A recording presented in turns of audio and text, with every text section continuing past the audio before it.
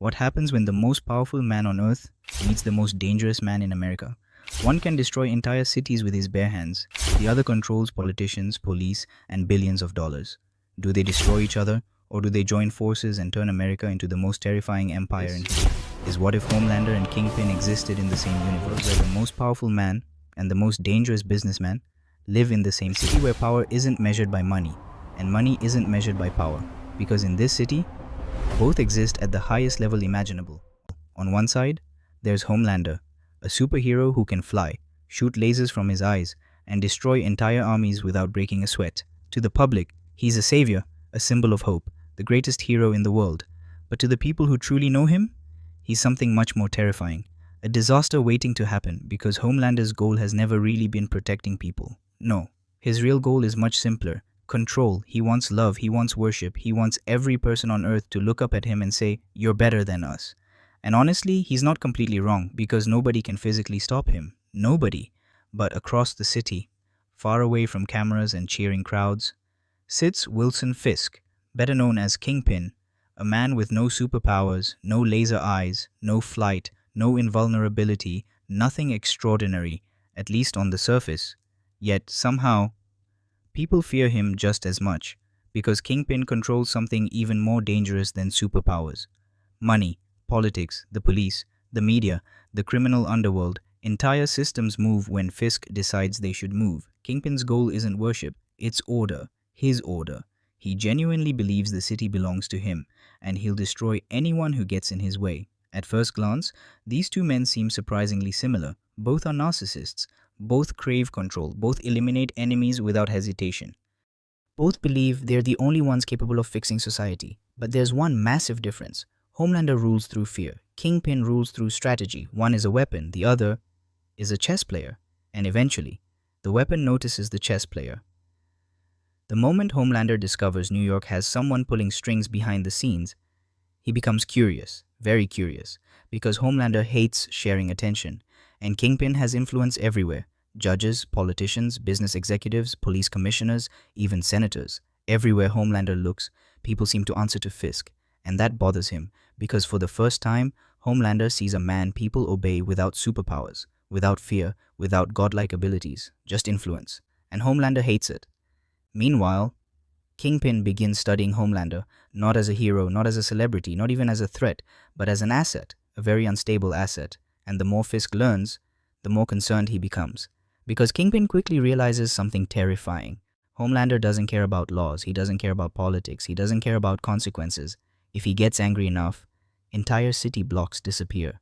And that's bad for business. Very bad. Soon, the tension starts growing. At first it's subtle, then it becomes impossible to ignore. Homelander begins publicly interfering in criminal operations. Drug warehouses explode. Smuggling routes vanish, gang leaders mysteriously disappear, one after another. Kingpin watches as years of work are erased in weeks. He loses billions. The stock market becomes unstable. Foreign investors panic. And the government struggles to explain why a superhero is suddenly acting without authorization. The public quickly becomes divided. Some support Homelander, others fear him. Crime decreases, but freedom decreases too. And slowly, people begin asking a dangerous question. A question neither side wants answered. What's the difference between a hero and a dictator? And that's exactly the kind of question neither Homelander nor Kingpin wants people asking. Eventually, the Cold War becomes personal. Kingpin decides to strike where Homelander is weakest. Not physically, psychologically. He secretly manipulates the media. News channels begin exposing Homelander's mistakes. Every accident, every civilian casualty, every public outburst, every moment of weakness. Suddenly, Homelander's approval ratings begin dropping, and Homelander loses his mind, because nothing hurts him more than rejection. Nothing.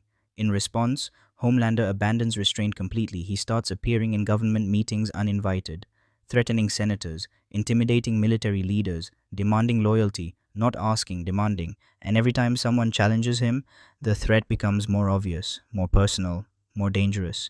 Kingpin refuses to back down. Instead, he retaliates. Using every connection he spent years building, bank accounts freeze, political allies disappear. Corporations begin distancing themselves from Homelander.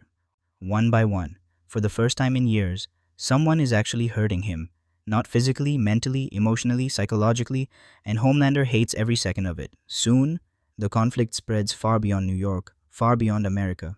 Entire countries begin choosing sides. Governments fear Homelander, corporations fear Kingpin. The world slowly divides itself into two empires, one built on power, one built on influence, and neither man has any intention of surrendering. Then, something unexpected happens, something nobody sees coming. They stop fighting. Not because they forgive each other, not because they become friends, because they realize something. Together, they're unstoppable. One night, Kingpin arranges a private meeting. No cameras, no witnesses, no security, just two monsters sitting across from each other. Silence fills the room. Then Fisk speaks first. You control fear. I control systems. Why destroy each other when we can own everything? For a moment, Homelander considers killing him, just ending the conversation right there. But then, he smiles. Because Kingpin has done something nobody else ever has. He treated Homelander like a king, not a celebrity, not a mascot, not a product, a king. And that's exactly what Homelander wants. Respect, not applause. A deal is made. Homelander becomes the face, Kingpin becomes the brain, and together, they begin building something terrifying. A new America. Crime nearly disappears, the economy explodes, cities become safer, governments become stronger. At least, that's what people see. Because behind the scenes, the truth is very different. Anyone who opposes them vanishes. Journalists disappear, whistleblowers die, political opponents are silenced. And before long, the country becomes a beautiful prison. A prison so perfect, most people don't even realize they're trapped. Years pass, their empire grows, bigger, stronger, more powerful, no wars, no riots, no major crime. Everything appears perfect. Until one night, everything changes. Kingpin witnesses something he was never supposed to see. Homelander casually kills innocent civilians after losing his temper. Not enemies, not criminals, not threats, families, children, ordinary people, gone in seconds. And for the first time in years, even Wilson Fisk feels uncomfortable. Because Kingpin wants control, Homelander wants domination. Those are not the same thing, not even close. And suddenly, Kingpin realizes a terrifying truth. He didn't create a partner, he created a god, and gods don't share power forever. As Homelander and Kingpin slowly begin turning against each other, something else is happening, something neither of them notices. A resistance is forming in the shadows, led by one man, Matt Murdock, Daredevil. After months of investigation, Matt finally uncovers evidence exposing the entire empire. Every secret, every crime, every connection, everything. But he also knows the truth. He can't fight this war alone. Not against Homelander, not against Kingpin, not against an entire corrupted system. So Matt makes a desperate decision. He reaches out to the only people who understand Homelander better than anyone, the boys. Billy Butcher, Huey Campbell, Mother's Milk, all of them. The final scene begins in a dark room, silent, tense, dangerous.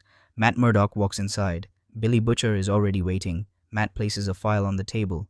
Inside are documents exposing Kingpin and Homelander's entire operation.